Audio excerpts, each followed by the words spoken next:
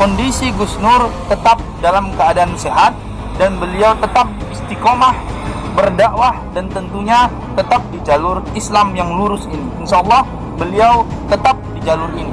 Tadi ada beberapa hal yang kami protes kepada kejaksaan dan juga kepada penyidik, karena informasi yang kami dapat kami sangat terkejut. Beberapa hari yang lalu klien kami Gus Nur tanpa pendampingan kami sebagai kuasa hukum itu ada semacam meminta tanda tangan yang dugaan kami itu adalah alasan. Yang pertama, beliau dijamin oleh beberapa tokoh termasuk anggota DPR yakni Bapak Habibur Rahman dan para habaib, para ulama, para tokoh, para masyarakat luas. Ya, sekali lagi kami bersama dengan para ulama, para habaib, tokoh nasional dan juga para ustadz meminta dengan sangat kepada Bapak Kepala Kejaksaan Negeri Jakarta Selatan. Kami menduga ada dugaan kriminalisasi bahkan kezaliman yang sangat luar biasa kepada beliau. Beliau tidak diberikan SP1, SP2, SP3, apalagi langsung beliau ini tersangka, langsung ditangkap, langsung dibawa ke Mabes Polri dan diperiksa kurang lebih semuanya itu adalah 24 jam, subhanallah.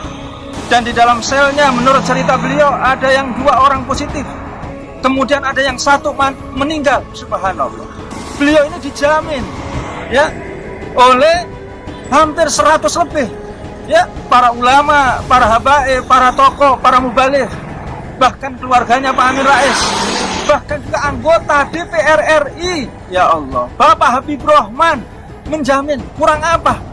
Karena Allah SWT berpesan kepada kita semuanya. Bismillahirrahmanirrahim.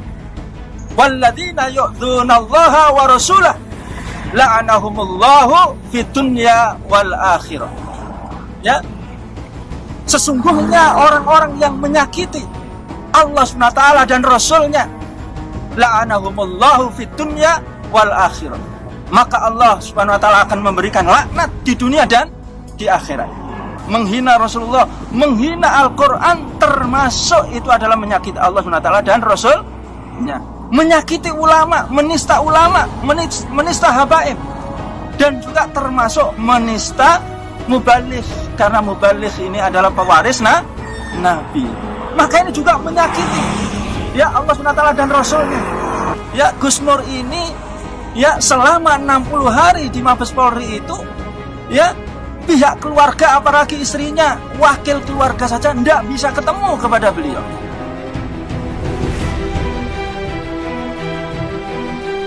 Bismillahirrahmanirrahim. Assalamualaikum warahmatullahi wabarakatuh. Waalaikumsalam.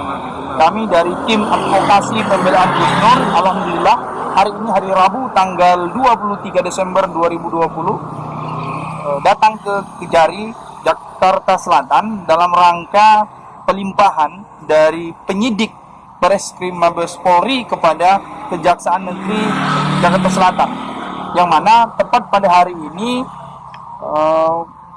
surat atau perintah penahanan kami sudah dapatkan dari kejaksaan. Ini kami laporkan kepada rekan-rekan media semua dan khalayak ramai masyarakat, para tokoh semuanya, yang ini mengkonfirmasi kepada kita sekarang tahap 2, yakni pelimpahan di kejaksaan sudah terjadi pada hari ini, hari Rabu tanggal 23 Desember 2020.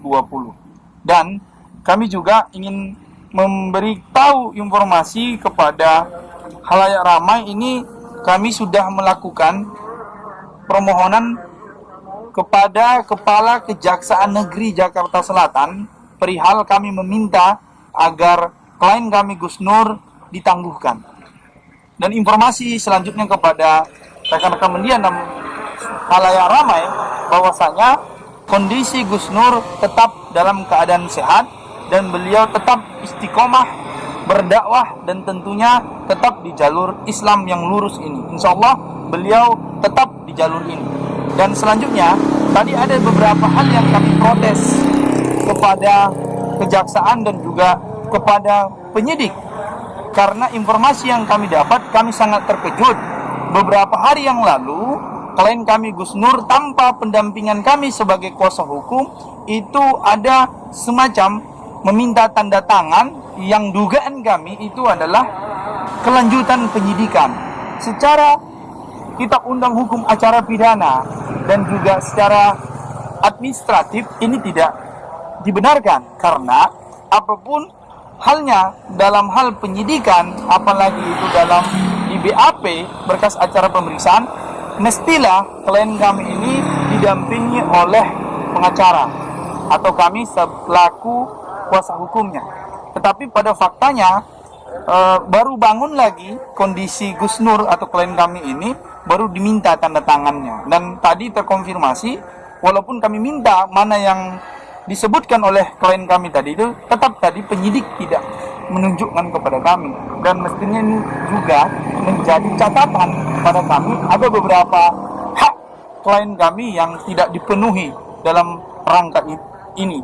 Kami tadi memprotes kejaksaan dan juga penyidik tadi di Kejari Jakarta Selatan ini. Dan yang selanjutnya kami ingin sampaikan bahwasanya tentu di dalam KUHP Kitab Undang Hukum Acara Pidana di pasal 25 ayat 1, kewenangan kejaksaan itu dapat menahan dalam rangka penuntutan itu 20 hari ke depan. Makanya ketika hari ini terhitung tanggal 23 Desember, maka ini jatuh berakhir tanggal 11 Januari 2021. Tetapi karena dasar kami tadi sudah mengajukan permohonan penangguhan, dan ini ada surat tanda terimanya, kami tunjukkan ini tanda terimanya ini di Kejaksaan Negeri Jakarta Selatan.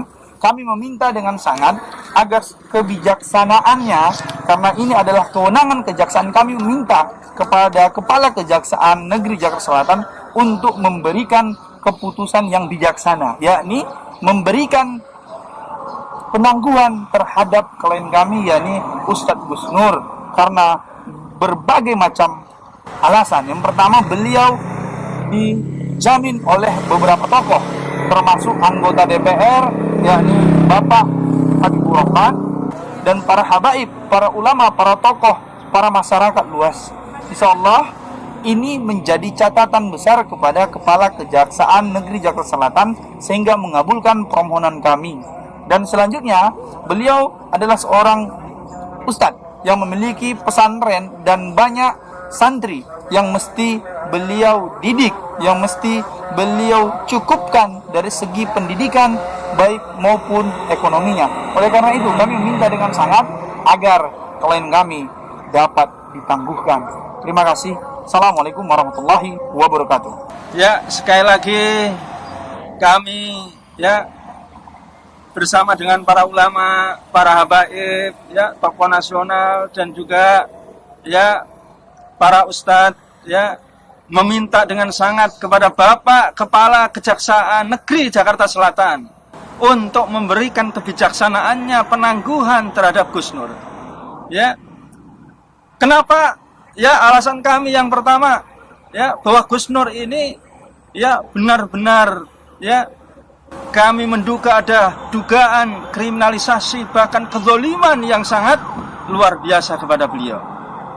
Beliau tidak diberikan SP1, SP2, SP3, apalagi langsung beliau ini tersangka, langsung ditangkap, langsung dibawa ke Mabes Polri dan diperiksa kurang lebih semuanya itu adalah 24 jam, subhanallah. Yang kedua, beliau ketika ditahan di Mabes Polri, di situ terjadi klaster COVID-19, dan di situ dia termasuk UTG, dan di dalam selnya menurut cerita beliau ada yang 2 orang positif, kemudian ada yang 1 meninggal, subhanallah. Maka sudah otomatis sebagaimana yang disampaikan oleh Bapak Kapolri, seharusnya di rutan-rutan itu harus menjaga dari terjadinya klaster COVID-19. Maka tentu harus ditangguhkan kalau merujuk kepada keputusan atau peraturan Kapolri itu. Yang kedua, beliau ini dijamin oleh hampir 100 lebih para ulama, para habaib, para tokoh, para mubaligh, bahkan keluarganya Pak Amin Rais. bahkan juga anggota DPR RI. Ya Allah, Bapak Habibur Rahman menjamin, kurang apa? Ya. Dan tentu juga beliau ini subhanallah juga telah menjalani penahanan, ya, kurang lebih adalah 60 hari di Mabes Polri. Ya. Dan tentu sangat kooperatif, apa saja yang diminta, ya, oleh penyidik Mabes Polri semuanya diikuti. Nah, tentu dari kooperatifnya beliau ini, maka beliau itu memiliki hak untuk ditangguhkan. Ya, yang terakhir saya sampaikan kepada Bapak Kepala Kejaksaan Negeri Jakarta Selatan, ya. Gus Nur ini tidak ada dugaan makar, tidak ada dugaan kudeta. Apalagi beliau ini juga bukan bandar narkoba, beliau ini juga bukan penjahat, beliau ini juga bukan koruptor, subhanallah. Beliau semata-mata ingin menegakkan keadilan. Dia semata-mata ingin menegakkan amar ma'ruf nahi mungkar. Maka, ya, hati-hati. Ya, kita semuanya harus berhati-hati. Ya, kita semuanya, ya, Bapak Jaksa, demikian juga, ya, Bapak Kapolri, demikian juga, ya, pemerintah harus hati-hati. Ya, karena Allah SWT berpesan kepada kita semuanya. Ya, Bismillahirrahmanirrahim. Walladzina yu'dzunallaha wa rasulah la'anahumullahu fid dunya wal akhirah. Ya. Sesungguhnya orang-orang yang menyakiti Allah SWT dan Rasulnya, la'anahumullahu fid dunya wal akhirah, maka Allah SWT akan memberikan laknat di dunia dan di akhirat. Menurut beberapa para ulama, siapa saja yang menyakiti Allah SWT dan Rasulnya, maka akan diberikan balasan oleh Allah SWT di dunia dan akhirat. Tidak hanya akhirat, tapi juga di dunia. Ya, subhanallah. Menyakiti Rasulullah SAW adalah menistakan Rasulullah, menghina Rasulullah, menghina Al-Quran, termasuk itu adalah menyakiti Allah SWT dan Rasulnya. Menyakiti ulama, menista habaib, dan juga termasuk menista mubaligh, karena mubaligh ini adalah pewaris Nabi. Maka ini juga menyakiti, ya, Allah SWT dan Rasulnya. Dan beberapa ulama menyebutkan siapa saja yang menyakiti, ya, para ulama, para habaib, para pejuang Islam, maka dagingnya itu menjadi racun. Subhanallah. Maka tentu, ya, Bapak Kepala Kejaksaan Negeri Jakarta Selatan, kita semuanya sama tahu Allah SWT telah memberikan peringatan kepada kita dengan COVID-19. Allah SWT juga memperingatkan dengan keras kepada kita bagaimana korupsi yang tidak pernah habis-habisnya, subhanallah. Demikian juga dengan berbagai macam banyak musibah, ya, banjir, gempa, dan lain sebagainya. Demikian juga narkoba yang tidak bisa dihenti-hentikan. Semuanya ini adalah bisa menjadi peringatan keras, bisa menjadi murka Allah SWT. Ya, karena kita telah menistakan, mengkriminalisasi, menggolimi para ulama, para habaib, dan para pejuang Islam.